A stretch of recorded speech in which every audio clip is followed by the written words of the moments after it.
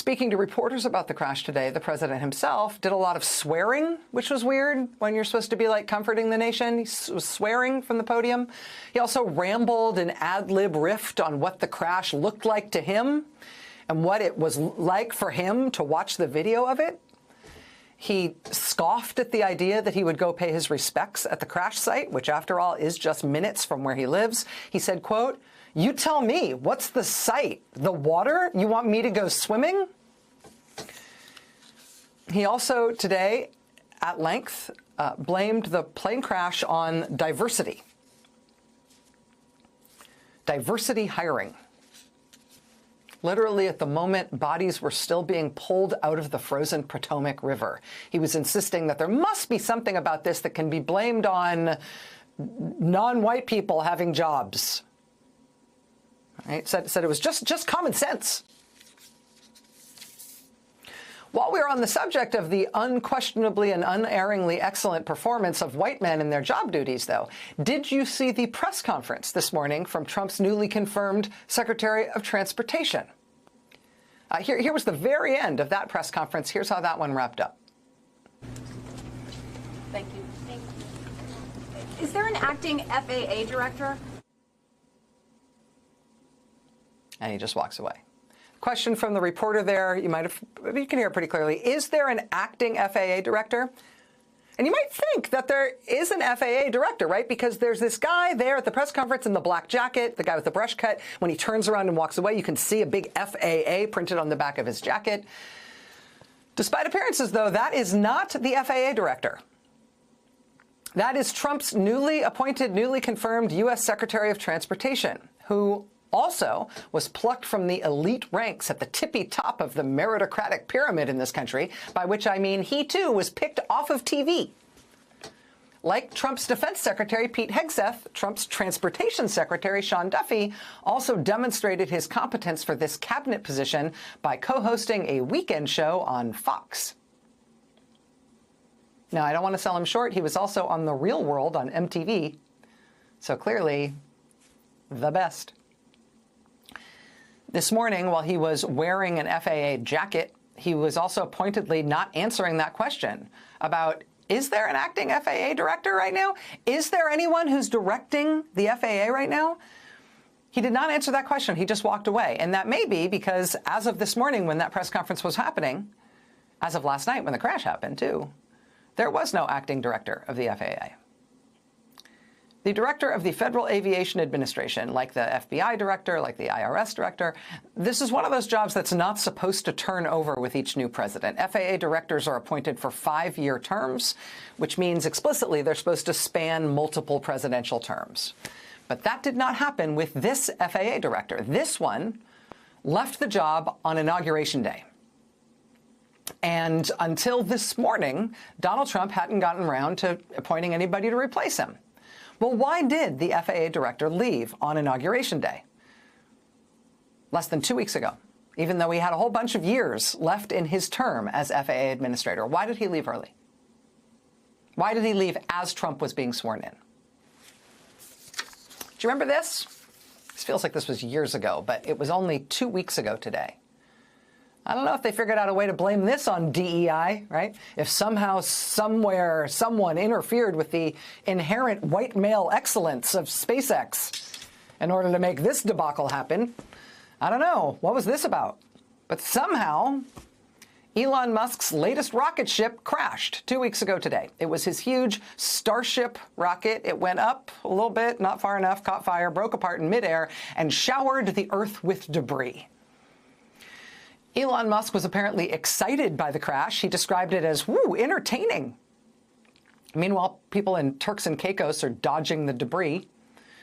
And the good people at the FAA, in response to Elon Musk's screw-up, they had to scramble to emergency divert dozens of commercial airliners, including from JetBlue and American and Delta. Spirit Airlines had a plane in the air that had to veer off course. Also, same was true for a FedEx cargo plane. Commercial flights as far away as South Africa and Australia had to be delayed or diverted as they had to put out these emergency warnings over a whole big swath of the Indian Ocean because of Elon Musk's mess. This happened 2 weeks ago today, the Thursday before Inauguration Day. The day after the crash, so the Friday before inauguration, the FAA, unsurprisingly, grounded SpaceX Starship program. You cannot try to fly this thing again until you figure out what went wrong here and you fix it. We cannot have anything like this happen again. You are grounded. That was the Friday before the inauguration. Then 3 days later, Inauguration Day, the head of the FAA administrator, was gone from his job.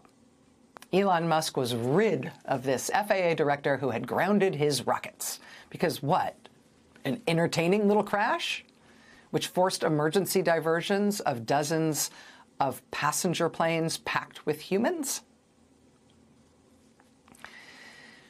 In September, while Elon Musk was busy spending the $250 million that he dumped into Donald Trump's campaign to make Donald Trump president again, Mr. Musk had posted a picture online of the head of the FAA and had demanded his resignation. He needs to resign. He had posted that because even before the FAA had to ground SpaceX altogether because of this most recent crash that Elon Musk thought was so awesome, even before that, the FAA had already issued a bunch of fines to SpaceX for ignoring safety rules and other requirements. Elon Musk had adopted this as sort of one of his personal causes. This was one of his crusades. Get rid of the FAA. Get rid of this guy at the FAA who's in the way of my SpaceX company. He's been personally demanding that this guy be gotten rid of. And so he got it. FAA chief was out on Inauguration Day. And then 10 days later, we had a horrific mid-air plane crash whereupon one of the cable news hosts Trump hired for his cabinet wore an FAA outfit to a press conference, which made people wonder if he was running the FAA, which made reporters ask, hey, who is running the FAA? To which there was no answer, which apparently prompted Donald Trump today at a press conference to, surprise, name a new head of the FAA for the first time because he'd never bothered to do it before. And yes, it is the FAA that is one of the agencies that will now be in charge of figuring out what went wrong in this devastating plane crash that killed dozens of Americans last night. But don't worry, Donald Trump says he has already figured out what happened. What happened here was diversity. And he's eliminating diversity. And so we can all feel safe, all our problems are all solved. Because yeah, look at all the cable news hosts. The one guy's got the little jacket, and the other guy's blurting out information on service members who've been killed. The president himself says he thinks he might get wet if he visits the crash site because it's a river. So no, he's not going to do that because wet. Just excellence through and through, right? Just look at these guys. Can't you see the excellence? I mean, at least Elon Musk is getting what he wants and what he needs from the U.S. government. Are we? That word oligarchy seems to stick in everybody's craw. It sounds like somewhere between like an ancient word and a foreign word. People don't like the word, but people who study how oligarchy works around the world would tell you that this is like a perfect case study, a textbook case. Man with tons of money effectively purchases politician. Politician then changes the government so it meets the personal and business needs of the rich guy to whom he belongs. That change in government is bad for everybody else. Like, for example, times like this, it might be good if we had an FAA. But even though what the politician is doing is bad for all of us, bad for everybody else in the whole country except for the rich guy, we're supposed to think we can't do anything about it. Because after all, it's this rich guy who's buying the elections now, and so our voice doesn't matter. That's what we're supposed to think, and that's how this is supposed to work. But in our country, it is not working out the way they hoped. Because the American people, broadly and deeply, say they dislike this eccentric right-wing billionaire who's getting his own personal government while the rest of us get the shaft.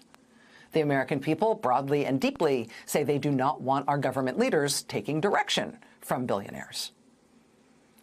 And the American people are pushing back pretty broadly and pretty deeply at what this new administration is trying to do. For the first time in 70 years of Gallup polling, there are more Americans who say they oppose the new president than support him even this soon after his inauguration.